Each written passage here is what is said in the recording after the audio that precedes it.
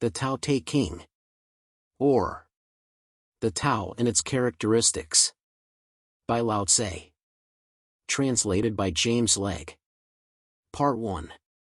Ch1. 1. The Tao that can be trodden is not the enduring and unchanging Tao. The name that can be named is not the enduring and unchanging name. 2. Conceived of as, having no name, it is the originator of heaven and earth. Conceived of as, having a name, it is the mother of all things. 3. Always without desire we must be found. If its deep mystery we would sound. But if desire always within us be, its outer fringe is all that we shall see. For, under these two aspects, it is really the same, but as development takes place, it receives the different names. Together we call them the mystery. Where the mystery is the deepest is the gate of all that is subtle and wonderful. 2. 1. All in the world know the beauty of the beautiful, and in doing this they have the idea of what ugliness is. They all know the skill of the skillful, and in doing this they have the idea of what the want of skill is. 2. So it is that existence and non-existence give birth the one to the idea of the other, that difficulty and ease produce the one, the idea of the other, that length and shortness fashion out the one, the figure of the other, that the ideas of height and lowness arise from the contrast of the one with the other, that the musical notes and tones become harmonious through the relation of one with another, and that being before and behind give the idea of one following another. 3. Therefore the sage manages affairs without doing anything, and conveys his instructions without the use of speech. 4. All things spring up, and there is not one which declines to show itself. They grow, and there is no claim made for their ownership. They go through their processes, and there is no expectation of a reward for the results. The work is accomplished, and there is no resting in it, as an achievement. The work is done, but how no one can see. 'Tis this that makes the power not cease to be. 3. 1. Not to value and employ men of superior ability is the way to keep the people from rivalry among themselves. Not to prize articles which are difficult to procure is the way to keep them from becoming thieves. Not to show them what is likely to excite their desires is the way to keep their minds from disorder. 2. Therefore the sage, in the exercise of his government, empties their minds, fills their bellies, weakens their wills, and strengthens their bones. 3. He constantly tries to keep them without knowledge and without desire, and where there are those who have knowledge, to keep them from presuming to act on it. When there is this abstinence from action, good order is universal. 4. 1. The Tao is, like, the emptiness of a vessel, and in our employment of it we must be on our guard against all fullness. How deep and unfathomable it is, as if it were the honored ancestor of all things. 2. We should blunt our sharp points, and unravel the complications of things. We should attemper our brightness, and bring ourselves into agreement with the obscurity of others. How pure and still the Tao is, as if it would ever so continue. 3. I do not know whose son it is. It might appear to have been before God. 5. 1. Heaven and earth do not act from the impulse of any wish to be benevolent. They deal with all things as the dogs of grass are dealt with. The sages do not act from any wish to be benevolent. They deal with the people as the dogs of grass are dealt with. 2. May not the space between heaven and earth be compared to a bellows? 'Tis emptied, yet it loses not its power. 'Tis moved again, and sends forth air the more. Much speech to swift exhaustion lead we see. Your inner being guard, and keep it free. 6. The valley spirit dies not, I the same. The female mystery thus do we name. Its gate, from which at first they issued forth, is called the root from which grew heaven and earth. Long and unbroken does its power remain, used gently, and without the touch of pain. 7. 1. Heaven is long enduring and earth continues long. The reason why heaven and earth are able to endure and continue thus long is because they do not live of, or for, themselves. this is how they are able to continue and endure. 2. Therefore the sage puts his own person last, and yet it is found in the foremost place. He treats his person as if it were foreign to him, and yet that person is preserved. Is it not because he has no personal and private ends, that therefore such ends are realized? 8. 1. The highest excellence is like that of water. The excellence of water appears in its benefiting all things, and in its occupying, without striving, to the contrary, the low place which all men dislike. Hence, its way is near to that of the Tao. 2. The excellence of a residence is in the suitability of the place, that of the mind is in abysmal stillness, that of associations is in their being with the virtuous, that of government is in its securing good order, that of the conduct of affairs is in its ability, and that of the initiation of any movement is in its timeliness. 3. And when one with the highest excellence does not wrangle about his low position, no one finds fault with him. 9. 1. It is better to leave a vessel unfilled than to attempt to carry it when it is full. If you keep feeling a point that has been sharpened, the point cannot long preserve its sharpness. 2. When gold and jade fill the hall, their possessor cannot keep them safe. When wealth and honors lead to arrogancy, this brings its evil on itself. When the work is done, and one's name is becoming distinguished, to withdraw into obscurity is the way of heaven. 10. 1. When the intelligent and animal souls are held together in one embrace, they can be kept from separating. When one gives undivided attention to the vital breath, and brings it to the utmost degree of pliancy, he can become as a tender babe. When he has cleansed away the most mysterious sights of his imagination, he can become without a flaw. 2. In loving the people and ruling the state, cannot he proceed without any purpose of action? In the opening and shutting of his gates of heaven, cannot he do so as a female bird? While his intelligence reaches in every direction, cannot he appear to be without knowledge? 3. The Tao produces all things, and nourishes them. It produces them and does not claim them as its own. It does all, and yet does not boast of it. It presides over all, and yet does not control them. This is what is called the mysterious quality of the Tao. 11. The 30 spokes unite in the one nave, but it is on the empty space, for the axle, that the use of the wheel depends. Clay is fashioned into vessels, but it is on their empty hollowness, that their use depends. The door and windows are cut out, from the walls, to form an apartment, but it is on the empty space, within, that its use depends. Therefore, what has a positive existence serves for profitable adaptation, and what is not that for actual usefulness. 12. 1. Colors 5 hues from this their sight will take. Music's 5 notes the ears as deaf can make. The flavors 5 deprive the mouth of taste. The chariot course, and the wild hunting waste. Make mad the mind, and objects rare and strange. Sought for, men's conduct will to evil change. 2. Therefore the sage seeks to satisfy the craving of the belly, and not the insatiable longing of the eyes. He puts from him the latter, and prefers to seek the former. 13. 1. Favor and disgrace would seem equally to be feared, honor and great calamity, to be regarded as personal conditions, of the same kind. 2. What is meant by speaking thus of favor and disgrace? Disgrace is being in a low position, after the enjoyment of favor.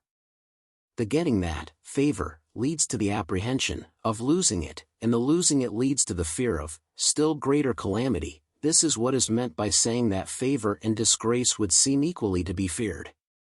And what is meant by saying that honor and great calamity are to be, similarly, regarded as personal conditions. What makes me liable to great calamity is my having the body, which I call myself. If I had not the body, what great calamity could come to me? 3. Therefore he who would administer the kingdom, honoring it as he honors his own person, may be employed to govern it, and he who would administer it with the love which he bears to his own person may be entrusted with it. 14:1. We look at it, and we do not see it, and we name it the equable.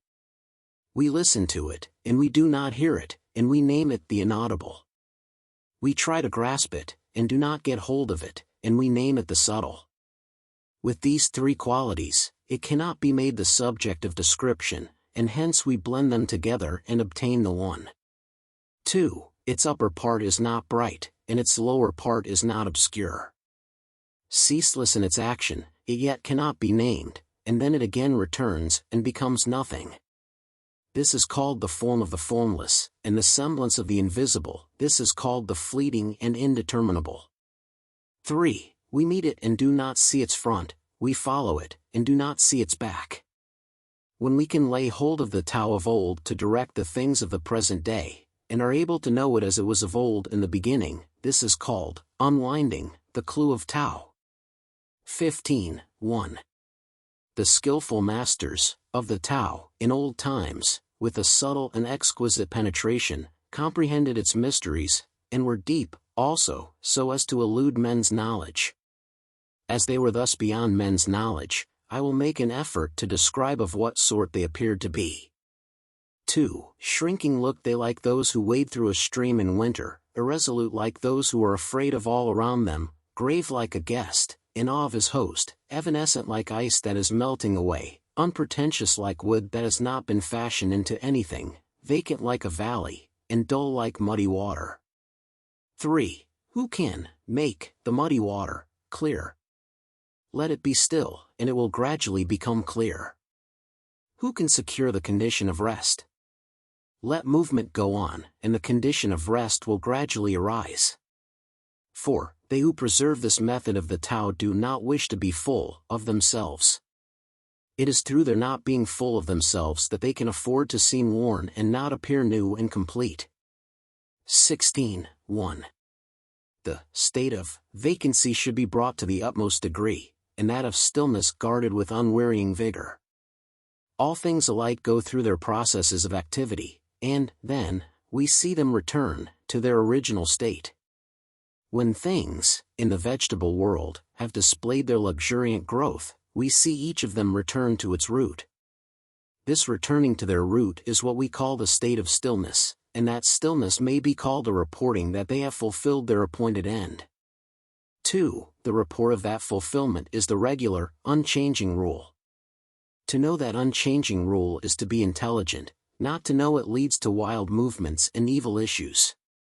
The knowledge of that unchanging rule produces a grand capacity in forbearance, and that capacity and forbearance lead to a community of feeling with all things. From this community of feeling comes a kingliness of character, and he who is king-like goes on to be heaven-like. In that likeness to heaven he possesses the Tao. Possessed of the Tao, he endures long, and to the end of his bodily life, is exempt from all danger of decay. 17:1. In the highest antiquity, the people did not know that there were their rulers. In the next age they loved them and praised them. In the next they feared them, in the next they despised them. Thus it was that when faith, in the Tao, was deficient, in the rulers, a want of faith in them ensued, in the people. 2. How irresolute did those earliest rulers appear, showing, by their reticence, the importance which they set upon their words. Their work was done and their undertakings were successful, while the people all said, "We are as we are, of ourselves." 18:1. When the great Tao, way or method, ceased to be observed, benevolence and righteousness came into vogue. Then appeared wisdom and shrewdness, and there ensued great hypocrisy. 2. When harmony no longer prevailed throughout the six kinships, filial sons found their manifestation. When the states and clans fell into disorder, loyal ministers appeared. 19:1. If we could renounce our sageness and discard our wisdom, it would be better for the people 100-fold. If we could renounce our benevolence and discard our righteousness, the people would again become filial and kindly. If we could renounce our artful contrivances and discard our scheming for gain, there would be no thieves nor robbers. 2. Those three methods of government. thought olden ways and elegance did fail, and made these names their one of worth to veil. But simple views, and courses plain and true, with selfish ends and many lusts eschew. 20. 1. When we renounce learning we have no troubles. The ready, yes, and flattering, yeah. Small is the difference they display. But mark their issues, good and ill. What space the gulf between shall fill. What all men fear is indeed to be feared, but how wide and without end is the range of questions, asking to be discussed. 2. The multitude of men look satisfied and pleased, as if enjoying a full banquet, as if mounted on a tower in spring. I alone seem listless and still, my desires having as yet given no indication of their presence. I am like an infant which has not yet smiled. I look dejected and forlorn, as if I had no home to go to. The multitude of men all have enough and to spare. I alone seem to have lost everything. My mind is that of a stupid man, I am in a state of chaos. Ordinary men look bright and intelligent, while I alone seem to be benighted. They look full of discrimination, while I alone am dull and confused. I seem to be carried about as on the sea, drifting as if I had nowhere to rest. All men have their spheres of action, while I alone seem dull and incapable, like a rude borderer. Thus, I alone am different from other men, but I value the nursing mother, the Tao. 21. The grandest forms of active force. From Tao come, their only source. Who can of Tao the nature tell? Our sight it flies, our touch as well. Eluding sight, eluding touch. The forms of things all in it crouch. Eluding touch, eluding sight. There are their semblances, all right. Profound it is, dark and obscure. Things' essences all there endure. Those essences the truth enfold. Of what, when seen, shall then be told? Now it is so, 'twas so of old. Its name, what passes not away? So, in their beautiful array, things form and never know decay. How know I that it is so with all the beauties of existing things? By this, nature of the Tao. 22. 1. The partial becomes complete, the crooked, straight, the empty, full, the worn out, new. He whose desires are few gets them, he whose desires are many goes astray. 2. Therefore the sage holds in his embrace the one thing, of humility, and manifests it to all the world. He is free from self-display, and therefore he shines, from self-assertion, and therefore he is distinguished, from self-boasting, and therefore his merit is acknowledged, from self-complacency, and therefore he acquires superiority. It is because he is thus free from striving that therefore no one in the world is able to strive with him. 3. That saying of the ancients that the partial becomes complete was not vainly spoken, all real completion is comprehended under it. 23. 1. Abstaining from speech marks him who is obeying the spontaneity of his nature. A violent wind does not last for a whole morning, a sudden rain does not last for the whole day. To whom is it that these, 2, things are owing? To heaven and earth. If heaven and earth cannot make such spasmodic actings last long, how much less can man? 2. Therefore when one is making the Tao his business, those who are also pursuing it, agree with him in it, and those who are making the manifestation of its course their object agree with him in that, while even those who are failing in both these things agree with him where they fail. 3. Hence, those with whom he agrees as to the Tao have the happiness of attaining to it, those with whom he agrees as to its manifestation have the happiness of attaining to it, and those with whom he agrees in their failure have also the happiness of attaining to the Tao. But, when there is not faith sufficient, on his part, a want of faith in him ensues, on the part of the others. 24. He who stands on his tiptoes does not stand firm, he who stretches his legs does not walk easily. So, he who displays himself does not shine, he who asserts his own views is not distinguished, he who vaunts himself does not find his merit acknowledged, he who is self-conceited has no superiority allowed to him. Such conditions, viewed from the standpoint of the Tao, are like remnants of food, or a tumor on the body, which all dislike. Hence those who pursue the course of the Tao do not adopt and allow them. 25. 1. There was something undefined and complete, coming into existence before heaven and earth. How still it was and formless, standing alone, and undergoing no change, reaching everywhere and in no danger of being exhausted. It may be regarded as the mother of all things. 2. I do not know its name, and I give it the designation of the Tao, the way or course. Making an effort, further, to give it a name, I call it the Great. 3. Great, it passes on, in constant flow. Passing on, it becomes remote. Having become remote, it returns. Therefore the Tao is great, heaven is great, earth is great, and the sage, king is also great. In the universe there are 4 that are great, and the sage, king is one of them.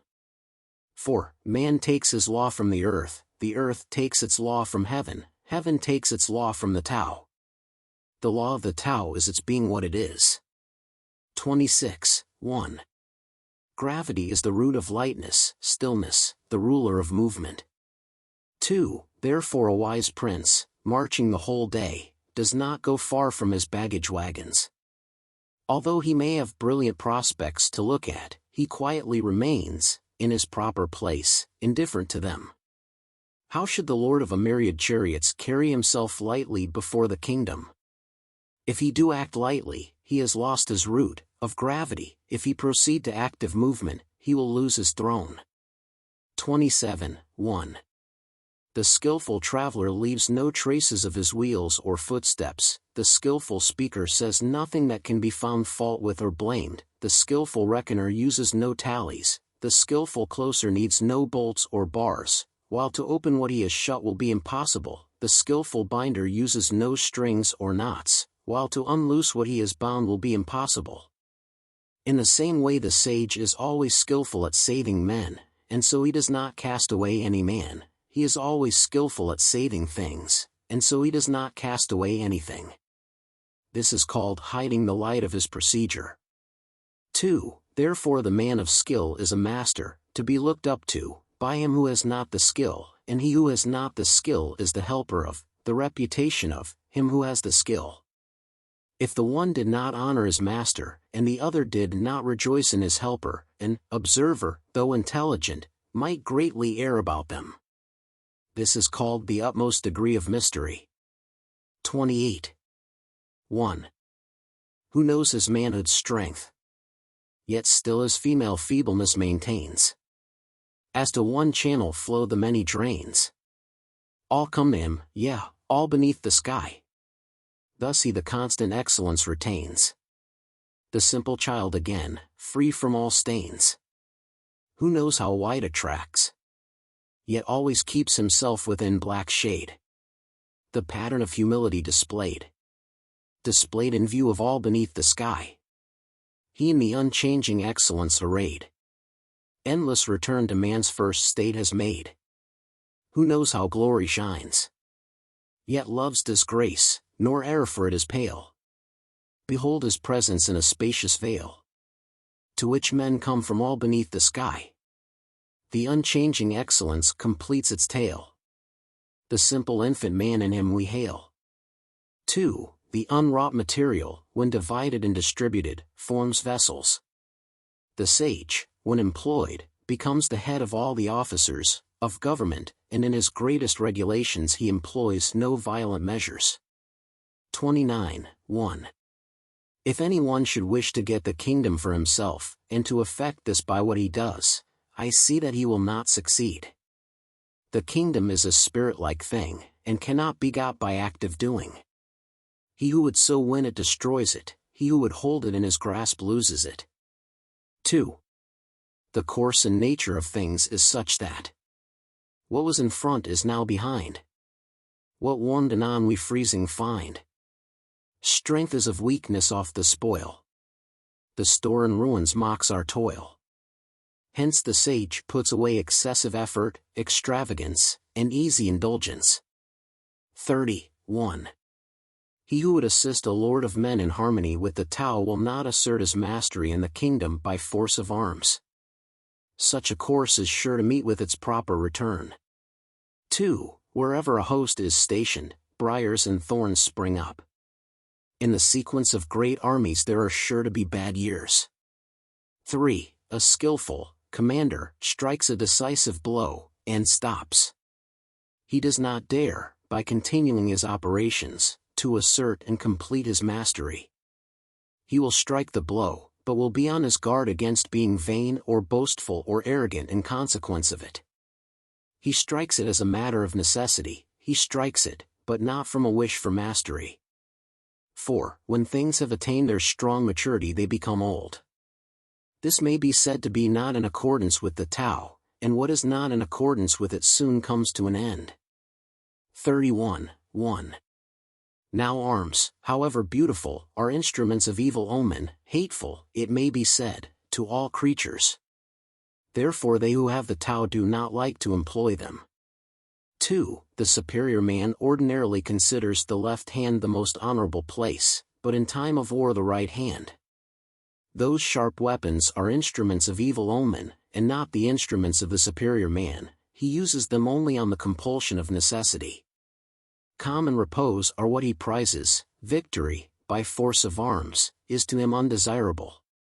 To consider this desirable would be to delight in the slaughter of men, and he who delights in the slaughter of men cannot get his will in the kingdom. 3. On occasions of festivity to be on the left hand is the prized position, on occasions of mourning, the right hand. The second in command of the army has his place on the left, the general commanding in chief has his on the right. His place, that is assigned to him as in the rites of mourning. He who has killed multitudes of men should weep for them with the bitterest grief, and the victor in battle has his place, rightly, according to those rites. 32. 1. The Tao, considered as unchanging, has no name. 2. Though in its primordial simplicity it may be small, the whole world dares not deal with, one embodying it as a minister. If a feudal prince or the king could guard and hold it, all would spontaneously submit themselves to him. 3. Heaven and earth, under its guidance, unite together and send down the sweet dew, which, without the directions of men, reaches equally everywhere as of its own accord. 4. As soon as it proceeds to action, it has a name. When it once has that name, men can know to rest in it. When they know to rest in it, they can be free from all risk of failure and error. 5. The relation of the Tao to all the world is like that of the great rivers and seas to the streams from the valleys. 33. 1. He who knows other men is discerning, he who knows himself is intelligent. He who overcomes others is strong, he who overcomes himself is mighty. He who is satisfied with his lot is rich, he who goes on acting with energy has a firm will. 2. He who does not fail in the requirements of his position, continues long, he who dies and yet does not perish, has longevity. 34. 1. All-pervading is the great Tao. It may be found on the left hand and on the right. 2. All things depend on it for their production, which it gives to them, not one refusing obedience to it. When its work is accomplished, it does not claim the name of having done it. It clothes all things as with a garment, and makes no assumption of being their Lord, it may be named in the smallest things. All things return to their root and disappear, and do not know that it is it which presides over their doing so, it may be named in the greatest things. 3. Hence the sage is able, in the same way, to accomplish his great achievements. It is through his not making himself great that he can accomplish them. 35. 1. To him who holds in his hands the great image of the invisible Tao, the whole world repairs. Men resort to him, and receive no hurt, but find rest, peace, and the feeling of ease. 2. Music and dainties will make the passing guest stop, for a time. But though the Tao as it comes from the mouth, seems insipid and has no flavor, though it seems not worth being looked at or listened to, the use of it is inexhaustible. 36. 1. When one is about to take an inspiration, he is sure to make a previous expiration. When he is going to weaken another, he will first strengthen him. When he is going to overthrow another, he will first have raised him up. When he is going to despoil another, he will first have made gifts to him. This is called hiding the light of his procedure. 2. The soft overcomes the hard, and the weak the strong. 3. Fishes should not be taken from the deep, instruments for the profit of a state should not be shown to the people. 37. 1. The Tao in its regular course does nothing, for the sake of doing it, and so there is nothing which it does not do. 2. If princes and kings were able to maintain it, all things would of themselves be transformed by them. 3. If this transformation became to me an object of desire, I would express the desire by the nameless simplicity. Simplicity without a name is free from all external aim. With no desire, at rest and still, all things go right as of their will. Part 2. 38. 1. Those who, possessed in highest degree the attributes of the Tao, did not seek to show them, and therefore they possessed them in fullest measure. Those who, possessed in a lower degree those attributes, sought how not to lose them, and therefore they did not possess them in fullest measure. 2. Those who, possessed in the highest degree those attributes did nothing, with a purpose, and had no need to do anything. Those who, possessed them in a lower degree were, always, doing, and had need to be so doing. 3. Those who, possessed the highest benevolence were, always seeking, to carry it out, and had no need to be doing so. Those who, possessed the highest righteousness were, always seeking, to carry it out, and had need to be so doing. 4. Those who, possessed the highest sense of propriety were, always seeking, to show it, and when men did not respond to it, they bared the arm and marched up to them. 5. Thus it was that when the Tao was lost, its attributes appeared. When its attributes were lost, benevolence appeared. When benevolence was lost, righteousness appeared. And when righteousness was lost, the proprieties appeared. 6. Now propriety is the attenuated form of leal-heartedness and good faith, and is also the commencement of disorder. Swift apprehension is, only, a flower of the Tao, and is the beginning of stupidity. 7. Thus it is that the great man abides by what is solid, and eschews what is flimsy, dwells with the fruit and not with the flower. It is thus that he puts away the one and makes choice of the other. 39. 1. The things which from of old have got the one, the Tao, are heaven which by it is bright and pure, earth rendered thereby firm and sure, spirits with powers by it supplied, valleys kept full throughout their void, all creatures which through it do live, princes and kings who from it get the mile which to all they give. All these are the results of the one, Tao. 2. If heaven were not thus pure, it soon would rend.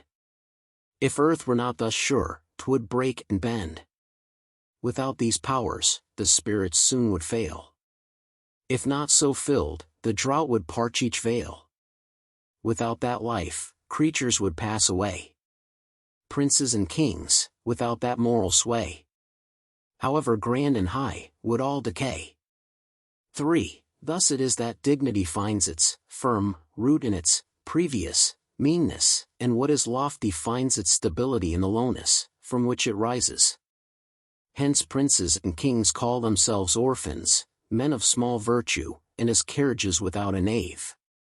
Is not this an acknowledgment that in their considering themselves mean they see the foundation of their dignity? So it is that in the enumeration of the different parts of a carriage we do not come on what makes it answer the ends of a carriage. They do not wish to show themselves elegant-looking as jade, but prefer to be coarse-looking as an ordinary stone. 40. 1. The movement of the Tao by contraries proceeds, and weakness marks the course of Tao's mighty deeds. 2. All things under heaven sprang from it as existing, and named, that existence sprang from it as non-existent, and not named. 41. 1. Scholars of the highest class, when they hear about the Tao, earnestly carry it into practice. Scholars of the middle class, when they have heard about it, seem now to keep it and now to lose it. Scholars of the lowest class, when they have heard about it, laugh greatly at it. If it were not, thus, laughed at, it would not be fit to be the Tao. 2. Therefore the sentence makers have thus expressed themselves. The Tao, when brightest seen, seems light to lack. Who progress in it makes, seems drawing back. Its even way is like a rugged track. Its highest virtue from the veil doth rise. Its greatest beauty seems to offend the eyes. And he is most whose lot the least supplies. Its firmest virtue seems but poor and low. Its solid truth seems change to undergo. Its largest square doth yet no corner show. A vessel great, it is the slowest made. Loud is its sound, but never word it said. A semblance great, the shadow of a shade. 3. The Tao is hidden, and has no name, but it is the Tao which is skillful at imparting, to all things what they need, and making them complete. 42. 1. The Tao produced one, one produced two, two produced three, three produced all things. All things leave behind them the obscurity, out of which they have come, and go forward to embrace the brightness, into which they have emerged, while they are harmonized by the breath of vacancy. 2. What men dislike is to be orphans, to have little virtue, to be as carriages without naves, and yet these are the designations which kings and princes use for themselves. So it is that some things are increased by being diminished, and others are diminished by being increased. 3. What other men, thus, teach, I also teach. The violent and strong do not die their natural death. I will make this the basis of my teaching. 43. 1. The softest thing in the world dashes against and overcomes the hardest, that which has no substantial existence enters where there is no crevice. I know hereby what advantage belongs to doing nothing, with a purpose. 2. There are few in the world who attain to the teaching without words, and the advantage arising from non-action. 44. 1. Or fame or life? Which do you hold more dear? Or life or wealth? To which would you adhere? Keep life and lose those other things. Keep them and lose your life, which brings sorrow and pain more near? 2. Thus we may see. Who cleaves to fame rejects what is more great. Who loves large stores gives up the richer state. 3. Who is content needs fear no shame. Who knows to stop incurs no blame. From danger free, long live shall he. 45. 1. Who thinks his great achievements poor shall find his vigor long endure. Of greatest fullness, deemed a void, exhaustion ne'er shall stem the tide. Do thou what's straight still crooked deem, thy greatest art still stupid seem, and eloquence a stammering scream. 2. Constant action overcomes cold, being still overcomes heat. Purity and stillness give the correct law to all under heaven. 46. 1.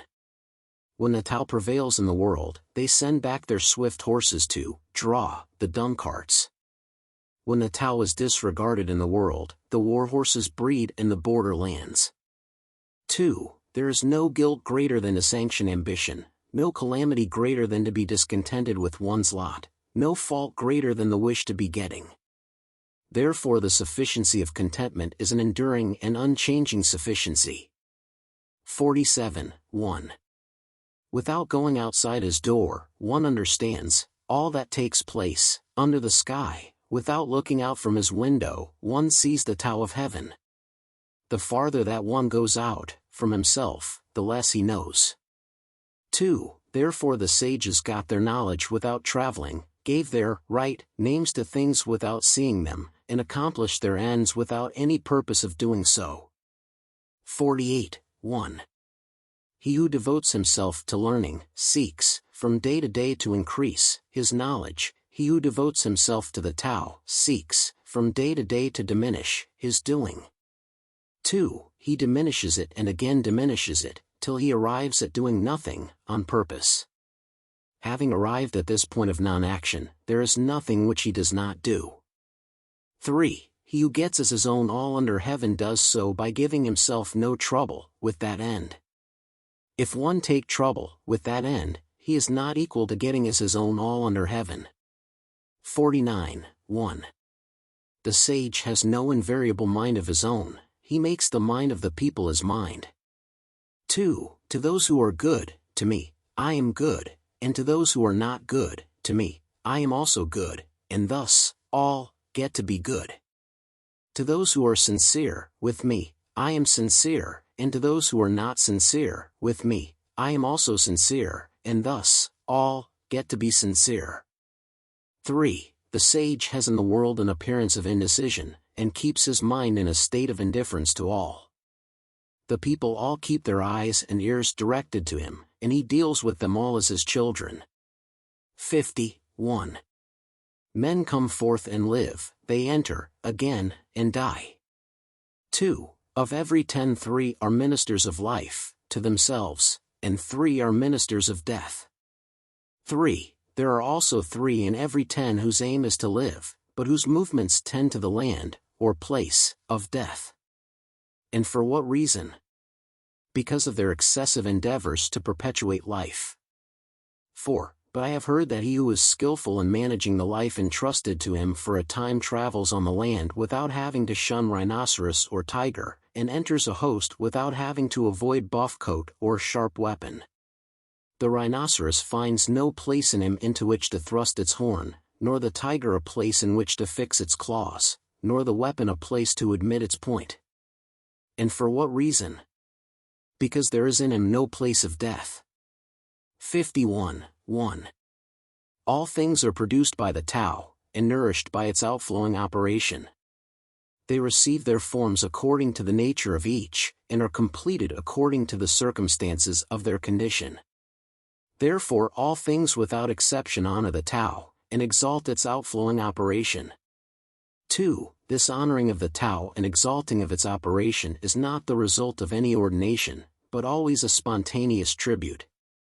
3. Thus it is that the Tao produces all things, nourishes them, brings them to their full growth, nurses them, completes them, matures them, maintains them, and overspreads them. 4. It produces them and makes no claim to the possession of them, it carries them through their processes and does not vaunt its ability in doing so, it brings them to maturity and exercises no control over them, this is called its mysterious operation. 52. 1. The Tao, which originated all under the sky, is to be considered as the mother of them all. 2. When the mother is found, we know what her children should be. When one knows that he is his mother's child, and proceeds to guard the qualities of the mother that belong to him, to the end of his life he will be free from all peril. 3. Let him keep his mouth closed, and shut up the portals of his nostrils, and all his life he will be exempt from laborious exertion. Let him keep his mouth open, and spend his breath in the promotion of his affairs, and all his life there will be no safety for him. 4. The perception of what is small is the secret of clear-sightedness, the guarding of what is soft and tender is the secret of strength. 5. Who uses well his light, reverting to its source so bright, will from his body ward all blight, and hides the unchanging from men's sight. 53. 1. If I were suddenly to become known, and put into a position to conduct a government according to the great Tao, what I should be most afraid of would be a boastful display. 2. The great Tao, or way, is very level and easy, but people love the byways. 3. Their court, yards and buildings, shall be well kept, but their fields shall be ill cultivated, and their granaries very empty. They shall wear elegant and ornamented robes, carry a sharp sword at their girdle, pamper themselves in eating and drinking, and have a superabundance of property and wealth. Such princes may be called robbers and boasters. This is contrary to the Tao surely. 54. 1. What, Tao's, skillful planter plants, can never be uptorn. What his skillful arms enfold, from him can ne'er be born. Sons shall bring in lengthening line sacrifices to his shrine. 2. Tao when nursed within oneself, his vigor will make true. And where the family it rules, what riches will accrue? The neighborhood where it prevails, and thriving will abound. And when 'tis seen throughout the state, good fortune will be found. Employ at the kingdom o'er, and men thrive all around. 3. In this way the effect will be seen in the person, by the observation of different cases, in the family, in the neighborhood, in the state, and in the kingdom. 4. How do I know that this effect is sure to hold us all under the sky? By this method of observation. 55. 1. He who has in himself abundantly the attributes of the Tao is like an infant. Poisonous insects will not sting him, fierce beasts will not seize him, birds of prey will not strike him. 2. The infant's bones are weak and its sinews soft, but yet its grasp is firm. It knows not yet the union of male and female, and yet its virile member may be excited, showing the perfection of its physical essence.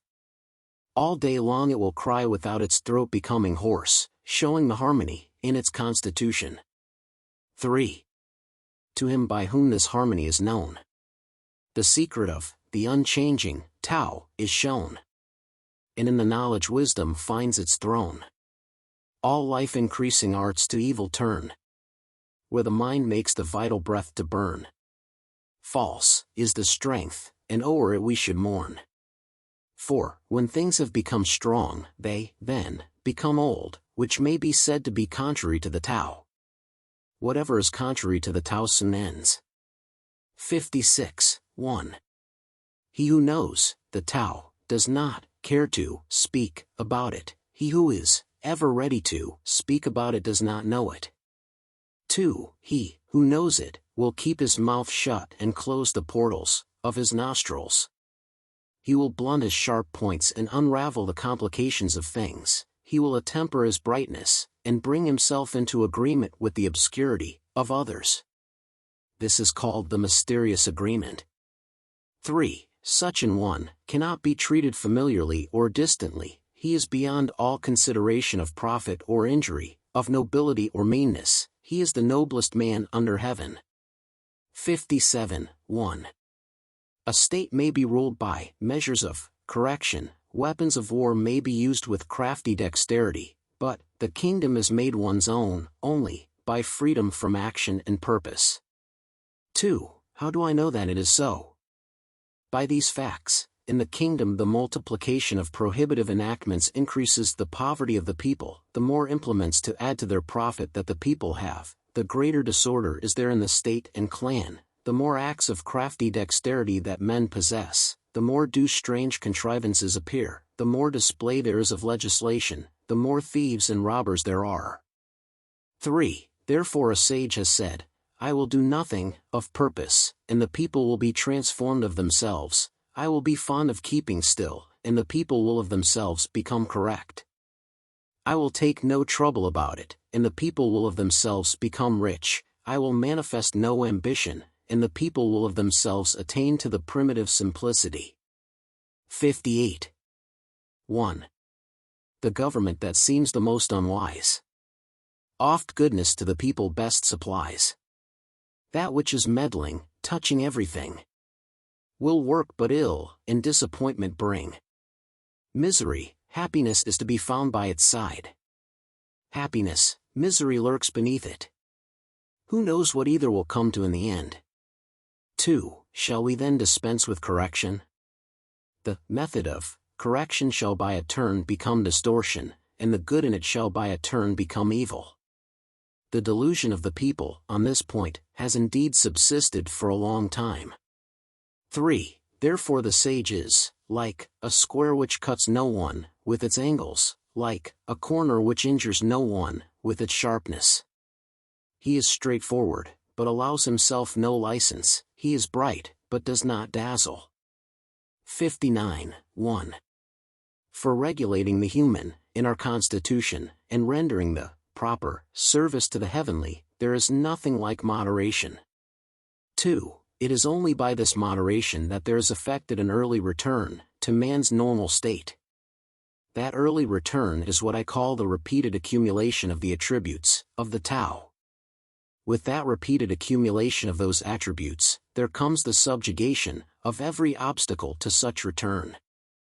Of this subjugation we know not what shall be the limit, and when one knows not what the limit shall be, he may be the ruler of a state. 3. He who possesses the mother of the state may continue long. His case is like that of the plant, of which we say that its roots are deep and its flower stalks firm. This is the way to secure that its enduring life shall long be seen. 60. 1. Governing a great state is like cooking small fish. 2. Let the kingdom be governed according to the Tao, and the manes of the departed will not manifest their spiritual energy. It is not that those manes have not that spiritual energy, but it will not be employed to hurt men. It is not that it could not hurt men, but neither does the ruling sage hurt them. 3. When these two do not injuriously affect each other, their good influences converge in the virtue of the Tao. 61. 1. What makes a great state is its being, like a low-lying, down-flowing stream. It becomes the center to which tend all the small states under heaven. 2. To illustrate from the case of all females, the female always overcomes the male by her stillness. Stillness may be considered a sort of abasement. 3. Thus it is that a great state, by condescending to small states, gains them for itself, and that small states, by abasing themselves to a great state, win it over to them. In the one case the abasement leads to gaining adherence, in the other case to procuring favor. 4. The great state only wishes to unite men together and nourish them, a small state only wishes to be received by, and to serve, the other. Each gets what it desires, but the great state must learn to abase itself. 62. 1. Tao has of all things the most honored place. No treasures give good men so rich a grace. Bad men it guards, and doth their ill efface.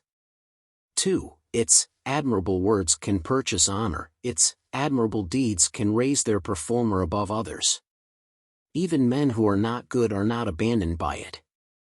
3. Therefore when the sovereign occupies his place as the Son of Heaven, and he is appointed as 3 ducal ministers, though a prince were to send in a round symbol of rank large enough to fill both the hands, and that is the precursor of the team of horses, in the courtyard, such an offering would not be equal to a lesson of this Tao, which one might present on his knees. 4. Why was it that the ancients prized this Tao so much? Was it not because it could be got by seeking for it, and the guilty could escape from the stain of their guilt by it? This is the reason why all under heaven consider it the most valuable thing. 63. 1. It is the way of the Tao, to act without thinking of acting, to conduct affairs without feeling the trouble of them, to taste without discerning any flavor, to consider what is small as great, and a few as many, and to recompense injury with kindness. 2. The master of it anticipates things that are difficult while they are easy, and does things that would become great while they are small. All difficult things in the world are sure to arise from a previous state in which they were easy, and all great things from one in which they were small. Therefore the sage, while he never does what is great, is able on that account to accomplish the greatest things. 3. He who lightly promises is sure to keep but little faith. He who is continually thinking things easy is sure to find them difficult.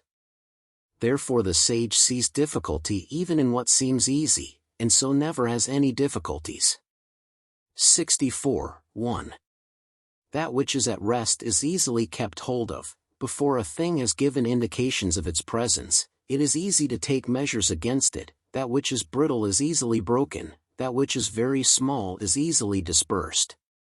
Action should be taken before a thing has made its appearance, order should be secured before disorder has begun.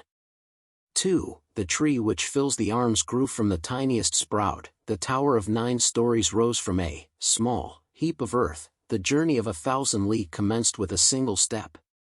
3. He who acts, with an ulterior purpose, does harm. He who takes hold of a thing, in the same way, loses his hold. The sage does not act, so, and therefore does no harm. He does not lay hold, so, and therefore does not lose his hold. But, people in their conduct of affairs are constantly ruining them when they are on the eve of success. If they were careful at the end, as they should be, at the beginning, they would not so ruin them. 4. Therefore the sage desires what other men do not desire, and does not prize things difficult to get. He learns what other men do not learn, and turns back to what the multitude of men have passed by. Thus he helps the natural development of all things, and does not dare to act, with an ulterior purpose of his own. 65. 1. The ancients who showed their skill in practicing the Tao did so, not to enlighten the people, but rather to make them simple and ignorant. 2. The difficulty in governing the people arises from their having much knowledge. He who tries to govern a state by his wisdom is a scourge to it, while he who does not try to do so is a blessing. 3. He who knows these 2 things finds in them also his model and rule. Ability to know this model and rule constitutes what we call the mysterious excellence of a governor. Deep and far-reaching is such mysterious excellence, showing indeed its possessor as opposite to others, but leading them to a great conformity to him. 66. 1. That whereby the rivers and seas are able to receive the homage and tribute of all the valley streams, is their skill in being lower than they. It is thus that they are the kings of them all. So it is that the sage, ruler, wishing to be above men, puts himself by his words below them, and, wishing to be before them, places his person behind them. 2. In this way, though he has his place above them, men do not feel his weight, nor though he has his place before them, do they feel it an injury to them. 3. Therefore all in the world delight to exalt him and do not weary of him. Because he does not strive, no one finds it possible to strive with him. 67. 1. All the world says that, while my Tao is great, it yet appears to be inferior to other systems of teaching. Now it is just its greatness that makes it seem to be inferior.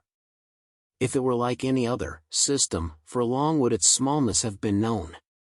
2. But I have 3 precious things which I prize and hold fast.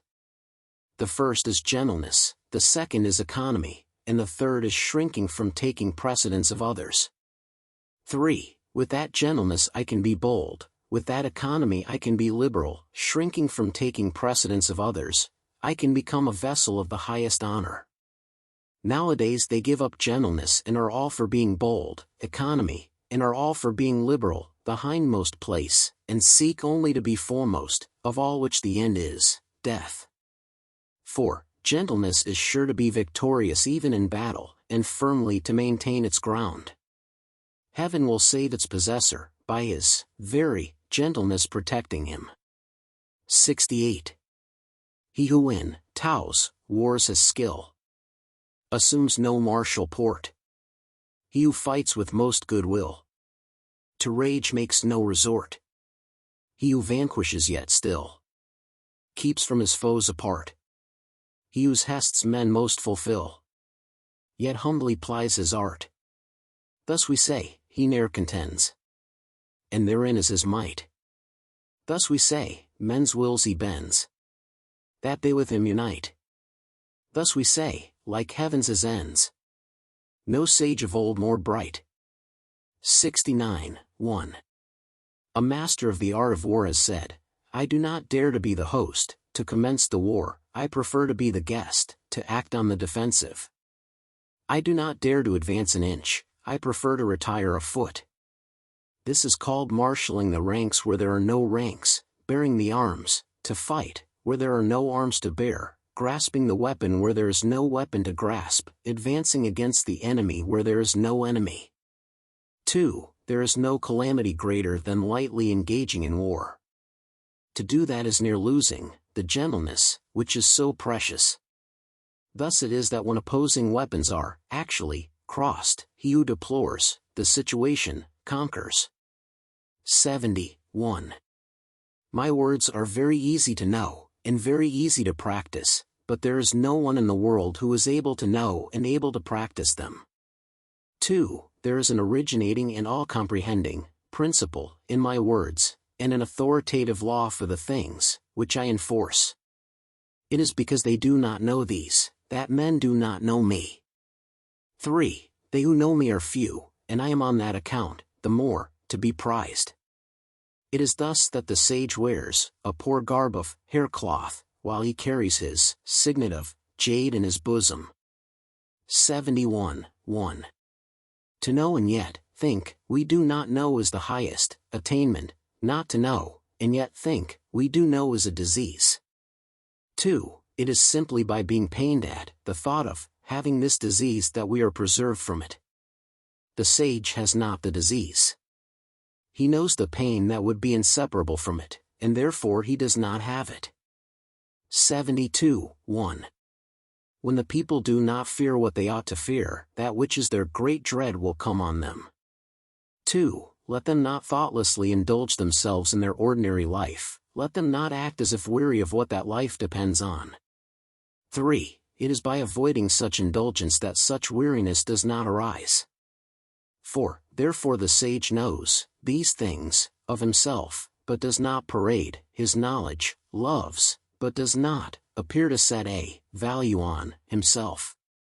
And thus he puts the latter alternative away and makes choice of the former. 73. 1. He whose boldness appears in his daring to do wrong, in defiance of the laws, is put to death. He whose boldness appears in his not daring to do so, lives on. Of these two cases the one appears to be advantageous, and the other to be injurious. But when heaven's anger smites a man, who the cause shall truly scan? On this account the sage feels a difficulty as to what to do in the former case. 2. It is the way of heaven not to strive, and yet it skillfully overcomes, not to speak, and yet it is skillful in obtaining a reply, does not call, and yet men come to it of themselves. Its demonstrations are quiet, and yet its plans are skillful and effective. The meshes of the net of heaven are large, far apart, but letting nothing escape. 74. 1. The people do not fear death. To what purpose is it to try to frighten them with death? If the people were always in awe of death, and I could always seize those who do wrong, and put them to death, who would dare to do wrong? 2. There is always one who presides over the infliction of death. He who would inflict death in the room of him who so presides over it may be described as hewing wood instead of a great carpenter. Seldom is it that he who undertakes the hewing, instead of the great carpenter, does not cut his own hands. 75. 1. The people suffer from famine because of the multitude of taxes consumed by their superiors. It is through this that they suffer famine. 2. The people are difficult to govern because of the excessive agency of their superiors in governing them. It is through this that they are difficult to govern. 3. The people make light of dying because of the greatness of their labors in seeking for the means of living. It is this which makes them think light of dying.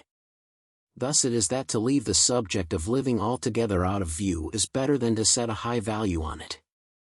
76. 1. Man at his birth is supple and weak, at his death, firm and strong. So it is with all things. Trees and plants, in their early growth, are soft and brittle, at their death, dry and withered. 2. Thus it is that firmness and strength are the concomitants of death, softness and weakness, the concomitants of life. 3. Hence he who relies on the strength of his forces does not conquer, and a tree which is strong will fill the outstretched arms, and thereby invites the feller. 4. Therefore the place of what is firm and strong is below, and that of what is soft and weak is above. 77. 1. May not the way, or Tao, of heaven be compared to the method of bending a bow?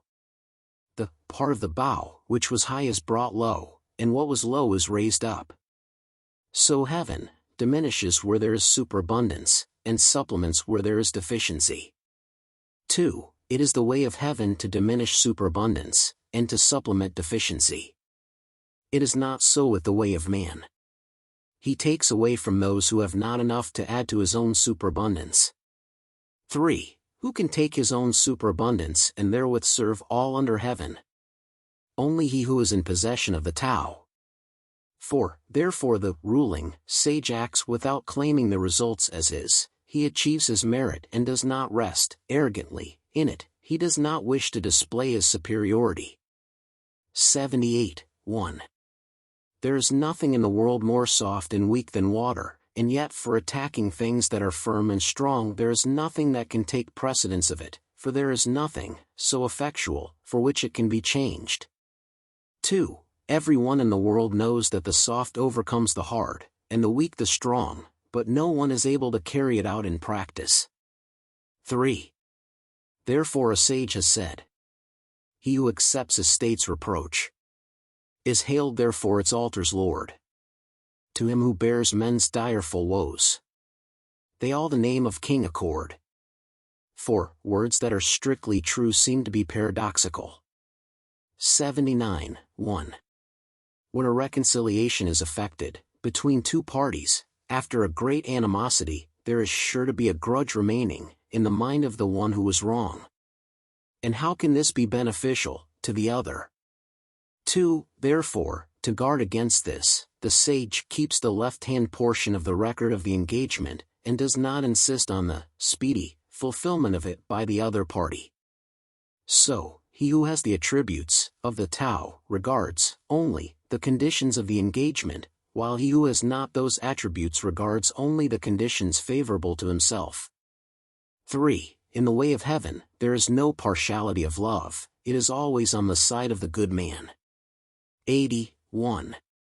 In a little state with a small population, I would so order it, that, though there were individuals with the abilities of 10 or 100 men, there should be no employment of them. I would make the people, while looking on death as a grievous thing, yet not remove elsewhere, to avoid it.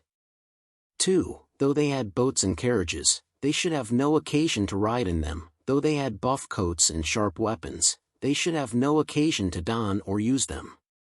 3. I would make the people return to the use of knotted cords, instead of the written characters. 4. They should think their coarse food sweet, their plain clothes beautiful, their poor dwellings places of rest, and their common, simple ways sources of enjoyment. 5. There should be a neighboring state within sight, and the voices of the fowls and dogs should be heard all the way from it to us, but I would make the people to old age, even to death, not have any intercourse with it. 81. 1. Sincere words are not fine, fine words are not sincere. Those who are skilled in the Tao do not dispute about it, the disputatious are not skilled in it. Those who know the Tao are not extensively learned, the extensively learned do not know it. 2. The sage does not accumulate for himself. The more that he expends for others, the more does he possess of his own, the more that he gives to others, the more does he have himself. 3. With all the sharpness of the way of heaven, it injures not, with all the doing in the way of the sage he does not strive.